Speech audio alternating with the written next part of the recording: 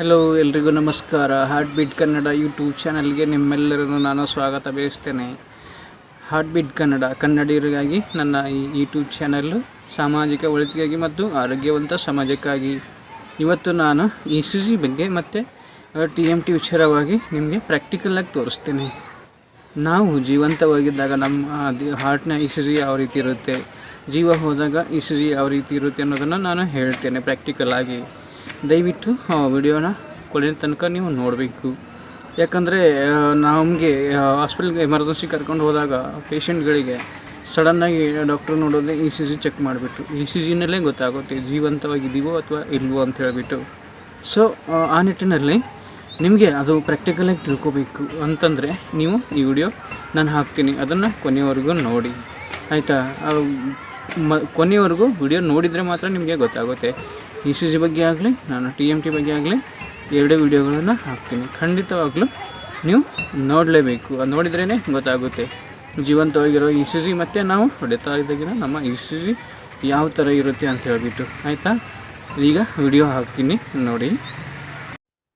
ಇದು ಗಮನವಿಟ್ಟು ನೋಡಿ. ಇಲ್ಲಿ ECG ಬಂದಿದೆ. ಇದು ನಿಮಗೆ ಹಳ್ಳಿ ಭಾಷೆಯಲ್ಲಿ ಹೇಳಬೇಕು ಅಂದರೆ ಮುಳ್ಳಾಗಿದೆ ನೋಡಿ. ಇದು ಕನೆಕ್ಟ್ ಮಾಡ್ತಿದ್ದಾರೆ ECG. ಇದು ಹಾರ್ಟ್ ಬೀಟ್ ಆಗ್ತಿದೆ ಅಂತ ಅರ್ಥ. ಹಾರ್ಟು ಬೀಟ್ ಆಗ್ತಿದೆ, ಒಟ್ಟಿನಲ್ಲಿ ಹಾರ್ಟ್ ಚೆಕ್ ಮಾಡ್ತಿದ್ದಾರೆ, ಬಟ್ ಹಾರ್ಟ್ ಬೀಟ್ ಆಗ್ತಿದೆ. ಆಮೇಲೆ ರಿಪೋರ್ಟ್ ನೋಡಿದರೆ ನಾರ್ಮಲ್ ಕಾಣ್ತಿದೆ. ಓಕೆನಾ, ಇದು ನಾರ್ಮಲ್ ರಿಪೋರ್ಟ್ ಇದೆ.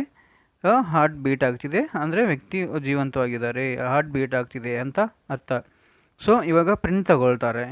ಪ್ರಿಂಟ್ ತಗೊಂಡ್ಮೇಲೆ ಅದೆಲ್ಲ ಕನೆಕ್ಟ್ ಮಾಡಿರೋದೆಲ್ಲ ತೆಗೆದುಬಿಡ್ತಾರಲ್ಲ, ಆವಾಗ ಬರುತ್ತೆ ಒಂದು ಉದ್ದುದ್ದ ಗೇರಿ ಬರುತ್ತೆ. ಅದೇ ಥರ ಏನಾದರೂ ನಾವು ವ್ಯಕ್ತಿ ಕನೆಕ್ಟ್ ಮಾಡಿದಾಗ ಬಂದಾಗ ಆ ಥರ ಉದ್ದುದ್ದ ಗೇರಿ ಇದ್ದರೆ ಹಾರ್ಟ್ ಬಡ್ಕೊಳ್ತಿಲ್ಲ, ಹಾರ್ಟ್ ಸ್ಟಾಪ್ ಆಗಿದೆ ಅಂತ ಅರ್ಥ. ಈಗೆಲ್ಲ ನೋಡಿ ತೆಗೆದುಬಿಡ್ತಾರೆ ನೋಡಿ, ತೆಗಿತಿದ್ದಾರೆ ಕನೆಕ್ಟ್ ಮಾಡಿರೋದೆಲ್ಲ ನೋಡಿ. ಈ ಥರ ಉದ್ದುದ್ದ ಗೇರಿ ಬರುತ್ತೆ. ಈ ಥರ ಗೇರಿ ಏನನ್ನ ನಾವು ಕನೆಕ್ಟ್ ಮಾಡಿದಾಗ ಈ ಥರ ಗೇರಿ ಇದ್ದರೆ ಹಾರ್ಟ್ ಬಡ್ಕೊಳ್ತಿಲ್ಲ, ಜೀವಂತಿಲ್ಲ ಅಂತ ಅರ್ಥ. ಆಯಿತಾ, ಇದು TMT ಚೆಕಪ್ಪು.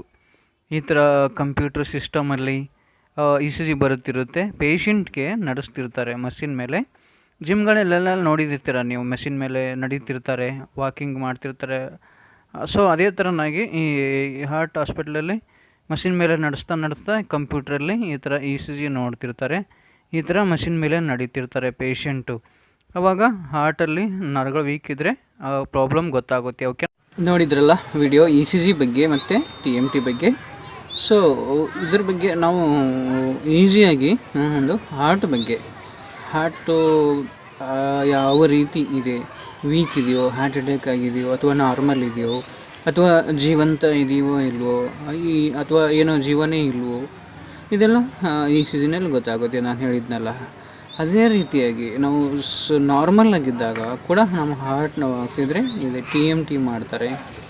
TMT ಮಾಡಿಬಿಟ್ಟು ಸ್ಟ್ರೆಸ್ ಕೊಟ್ಬಿಟ್ಟು ಮಷಿನ್ ಮೇಲೆ ನಡೆಸಿದಾಗ ನಮ್ಮ ಹಾರ್ಟಲ್ಲಿ ಏನಾದರೂ ನರಗಳು ವೀಕ್ ಇದ್ದರೆ ಡೆಫಿನೆಟಾಗಲಿ ಡಿಪ್ರೆಷನ್ ಬಂದುಬಿಡುತ್ತೆ ECG. ಆವಾಗ ಹಾರ್ಟಲ್ಲಿ ನರಗಳಲ್ಲಿ ರಕ್ತ ಕರೆಕ್ಟಾಗಿ ಓಡಾಡಲ್ಲ, ಬಿಟ್ಟು ಓಡಾಡುತ್ತೆ, ನರಗಳು ವೀಕ್ ಆಗಿರ್ತವೆ.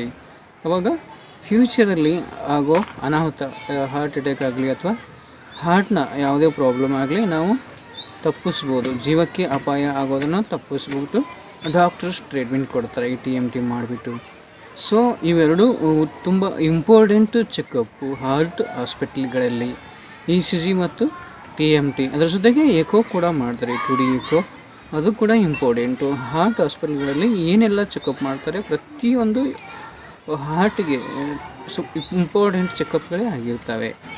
ಆಯಿತಾ, ನೀವು ನಿಮ್ಮ ಒಂದು ಆರೋಗ್ಯ ಕಡೆ ಗಮನ ಕೊಡಿ. ಏನಾದರೂ ಹಾರ್ಟು ನೋವಿದ್ದರೆ ಅಥವಾ ತಲೆ ಸುತ್ತಿದ್ರೆ, ನೀವು ನಡೀತಿದ್ದಾಗ ಉಬ್ಬಸ ಅಂದರೆ ದಮ್ ಬರುತ್ತಲ್ಲ ಆ ಥರ ಇದ್ದರೆ, ಅಥವಾ ಬೆನ್ನು ಮೇಲ್ಭಾಗದಲ್ಲಿ ನೋವಿದ್ದರೆ, ಏನೇ ಒಂದು ಹಾರ್ಟ್ನ ಲಕ್ಷಣಗಳು ಏನನ್ನ ಇದ್ದರೆ ನೀವು ಖಂಡಿತ ಹಾರ್ಟ್ ಡಾಕ್ಟ್ರಿಗೆ ನೀವು ಭೇಟಿ ಆಗಿಬಿಟ್ಟು ಚೆಕಪ್ ಮಾಡಿಕೊಳ್ಳಿ. ಯಾಕಂದರೆ ಈ ಜನ್ರೇಷನಲ್ಲಿ ನಾವು ನಮ್ಮ ಹಾರ್ಟ್ನೇ ನಂಬೋಕ್ಕಾಗ್ತಿಲ್ಲ. ಯಾಕಂದರೆ ನಾವುಗಳು ನೋಡ್ತಾನೇ ಇದ್ದೀವಿ ಯಾವ ಒಂದು ಸ್ಟೇಜಿಗೆ ಬಂದು ನಿಂತಿದೆ ಈ ಜನ್ರೇಷನಲ್ಲಿ. ಈ ಹಾರ್ಟ್ ಅಟ್ಯಾಕ್ ಅನ್ನೋ ಒಂದು ದೊಡ್ಡ ರೋಗ ಎಲ್ರಿಗೂ ಬಿಡುತ್ತಿಲ್ಲ. ಅದು ಏಕಾಏಕಿ ಯಾವುದೇ ಒಂದು ನೋವು ಅಥವಾ ಹಾರ್ಟ್ ಪ್ರಾಬ್ಲಮ್ ಹಿನ್ನೆಲೆ ಇಲ್ಲ ಅಂದರೂ ಕೂಡ ಸಡನ್ನಾಗಿ ಹಾರ್ಟ್ ಅಟ್ಯಾಕ್ ಆಗಿ ಜೀವನೇ ಹೋಗ್ತಾ ಇದ್ದೇವೆ. ನಾವು ನೀವುಗಳೆಲ್ಲ ನೋಡ್ತಾನೇ ಇದ್ದೀವಿ. ಅಂಥ ಒಂದು ಪರಿಸ್ಥಿತಿ ನಮ್ಮ ಸಮಾಜದಲ್ಲಿ ಅಲ್ವಾ. ಏನೇ ಇರಲಿ, ಎಲ್ಲರೂ ಚೆನ್ನಾಗಿದ್ರೆ ಅಂದ್ಕೊಂಡಿದ್ದೀನಿ. ಎಲ್ರಿಗೂ ನಮಸ್ಕಾರ. ಮತ್ತೆ ಸಿಗ್ತೀನಿ, ನಿಮ್ಮ ಭೀಮಾಶಂಕರ್.